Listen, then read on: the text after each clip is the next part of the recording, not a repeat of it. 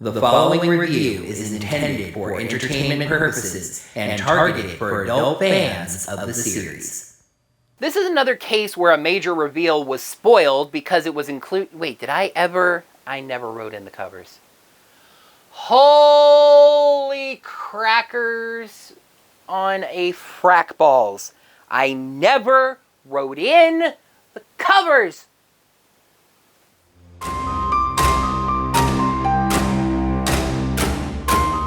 Hello there, heroes. I'm the Orange Ranger, and welcome to another comically long review.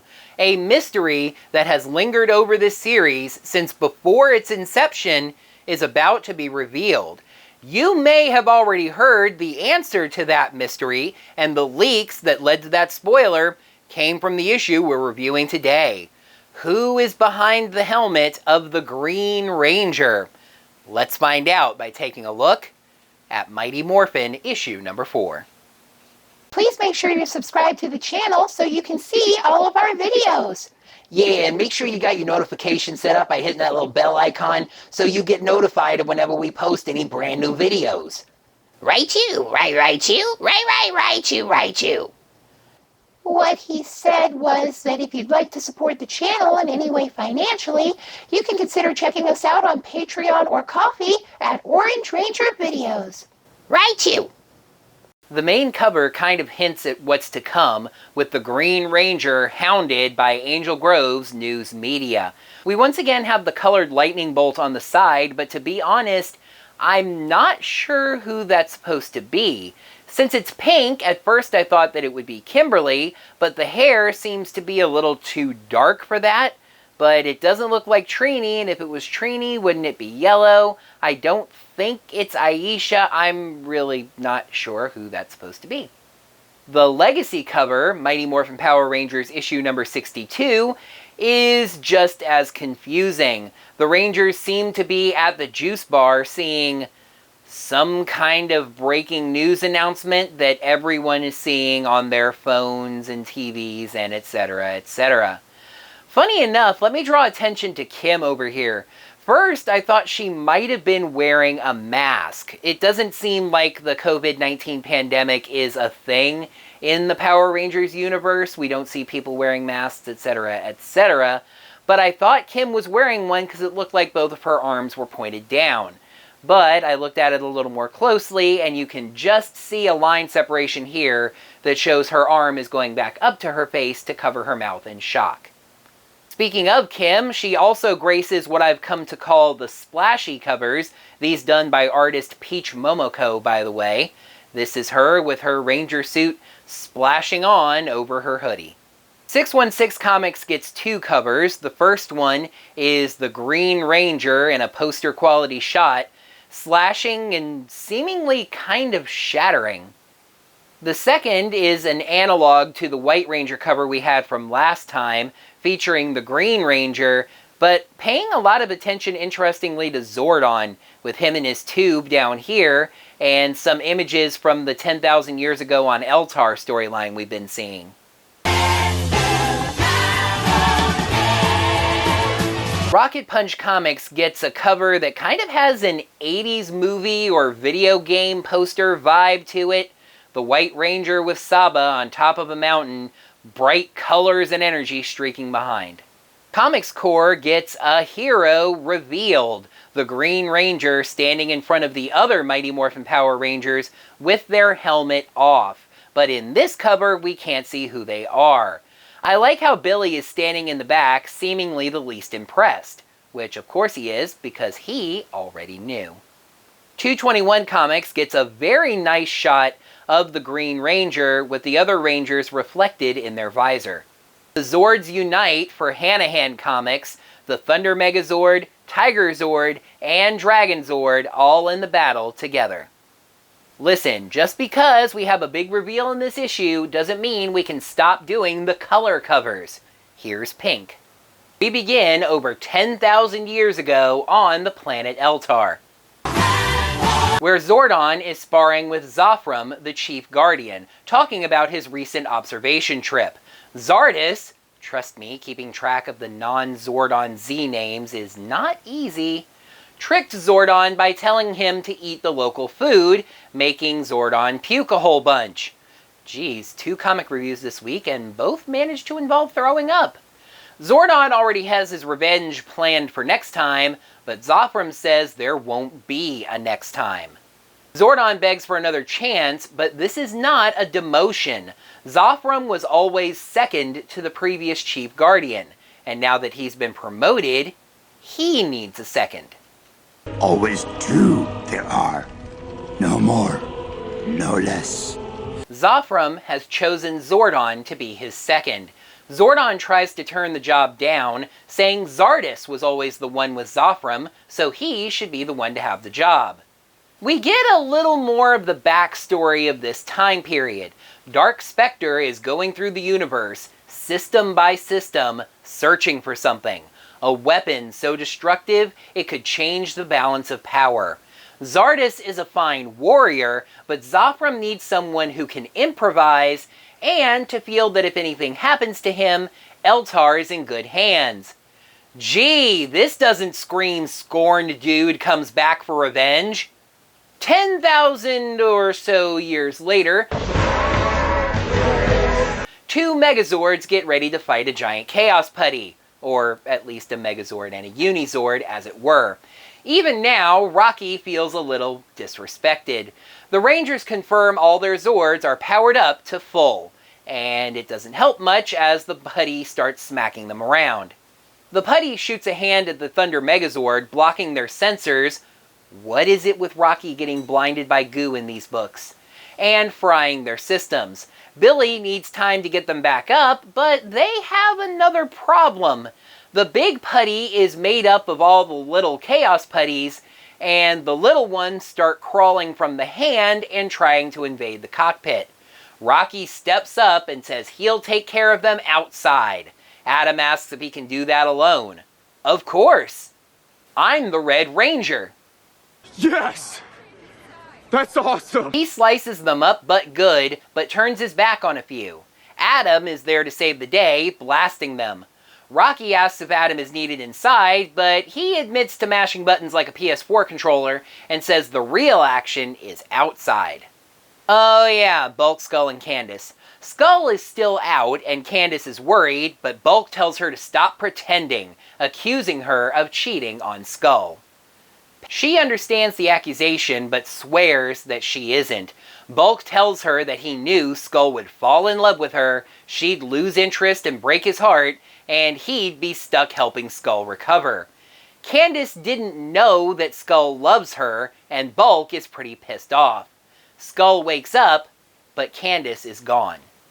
Tommy takes his shot at the giant Putty, dodging its other hand and slicing it. But it just blasts Tommy away, and he's forced to call Zordon and admit they may not have this thing under control. Zordon tells the Rangers to regroup. He would pull them out for a retreat, but teleportation is currently blocked. Alpha detects an incoming energy signature.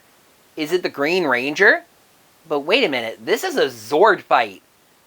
Does that mean... It sure does! Welcome back the Dragon Zord!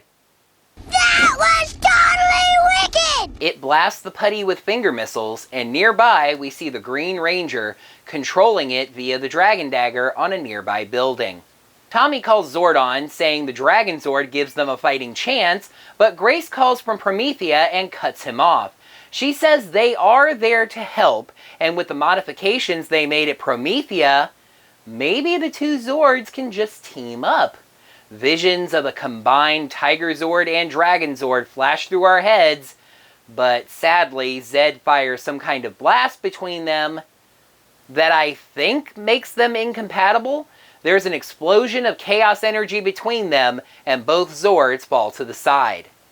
Adam and Rocky struggle with the Chaos Putties. Billy needs about another minute, but he can't have it, as the 2 run back inside, chased by the Putties. Kim calls for the retreat, but Zordon doesn't respond. Tommy does, alive, but the Chaos Putty is about to strike him down. The Rangers brace for what might be a heroic last stand, but then they're all teleported out. The Rangers thank Alpha for the last-second save, But it turns out it wasn't Alpha. Excuse me, the f did you just say? Candace reveals herself and that she pulled them out. She says she has no choice now and reveals her blue-skinned nature, saying her real name is Zelia of Eltar. Zordon asks why he wasn't informed that Earth was being supervised, and she says that she doesn't know, only that she was told to ensure that the Power Rangers survived no matter what, because the Third Eltarian War is upon them.